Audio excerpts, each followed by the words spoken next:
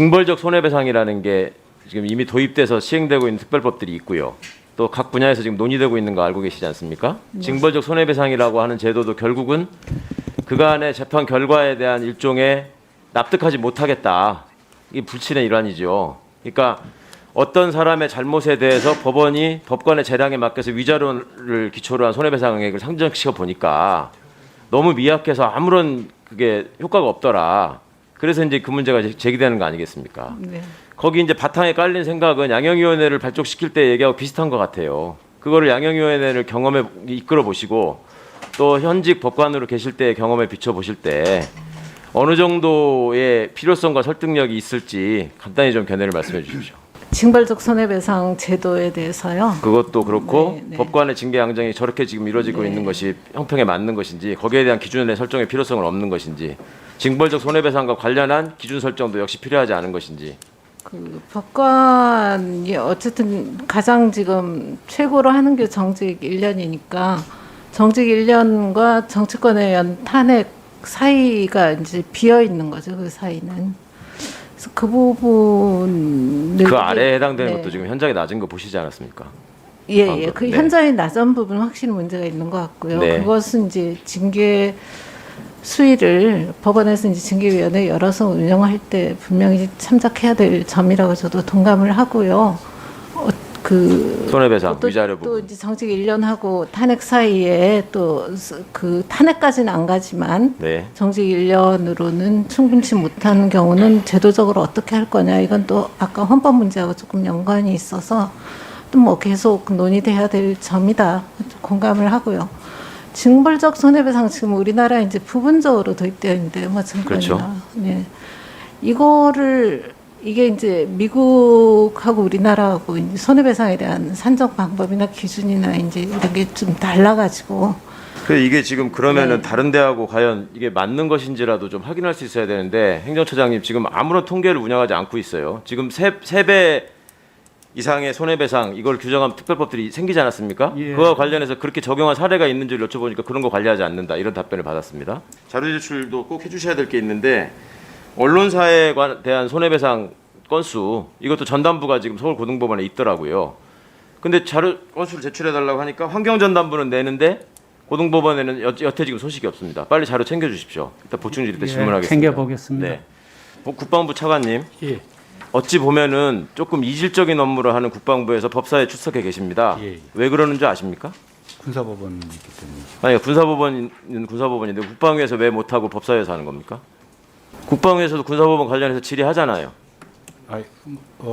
법원이다 보니까 네. 사법 체계를 가지고 있기 때문에 네. 법사위에서 또 업무 보고도 드리고. 그렇습니다. 제가 보기에는 그 헌법에 규정된 군사법원의 위상을 그냥 정확하게 지키는 데가 지금 국회밖에 없어요.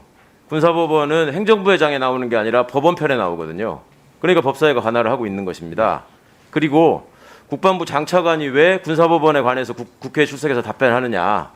이것이 군사법원의 근본적인 위치나 한계에 대한 문제가 있죠. 대법원 산하의 법원임에도 불구하고 대법원은 아무런 사무감사를 하지 않아요. 대법원은 산하기관 법원에 대해 사무감사 하지 않습니까? 행정처장님. 그렇죠? 군사법원은 왜 안 합니까? 대법원 산하의 법원인데. 그리고 그렇게 사법부의 일환으로 법원장에 헌법이 편성을 해놨으면 사법부의 운영기관의 성격에 맞게 독립성과 공정성이 확보된 상태에서 운영이 돼야 되는데 그게 안 되니까 매번 폐지론이 나오고 개정안이 나오는 거 아니겠습니까? 자, 차관님이 지금 국방부 조직상 과거부터 보면은 법무관리관실을 직접 관장하죠. 예. 예. 군사법원이 인류 역사상 처음에 왜 생겼습니까? 왜 생겼는지 아십니까? 어디서 처음 생겼는지 아십니까? 잘 모르십니까? 제가 알기로는 영국에서 생긴 걸로 압니다. 왜 영국에서 처음 생겼는지 아십니까? 영국이 가장 대표적인 제국주의 국가로서 식민지를 운영해왔죠. 식민지의 자국 군대를 파견해서 행정을 하다 보니 거기서 생기는 문제를 우리가 직접 재판하겠다 해서 생긴 군사재판입니다. 그래서 세계적으로 군사재판이 다 없어지고 있고요. 군사법원이. 영국조차도 EU의 가입 조건으로 군사법원을 폐지했습니다. 알고 계십니까? 우리나라의 군사법원이 굳이 존재해야 되는 이유가 뭡니까? 한번 설명해 보세요.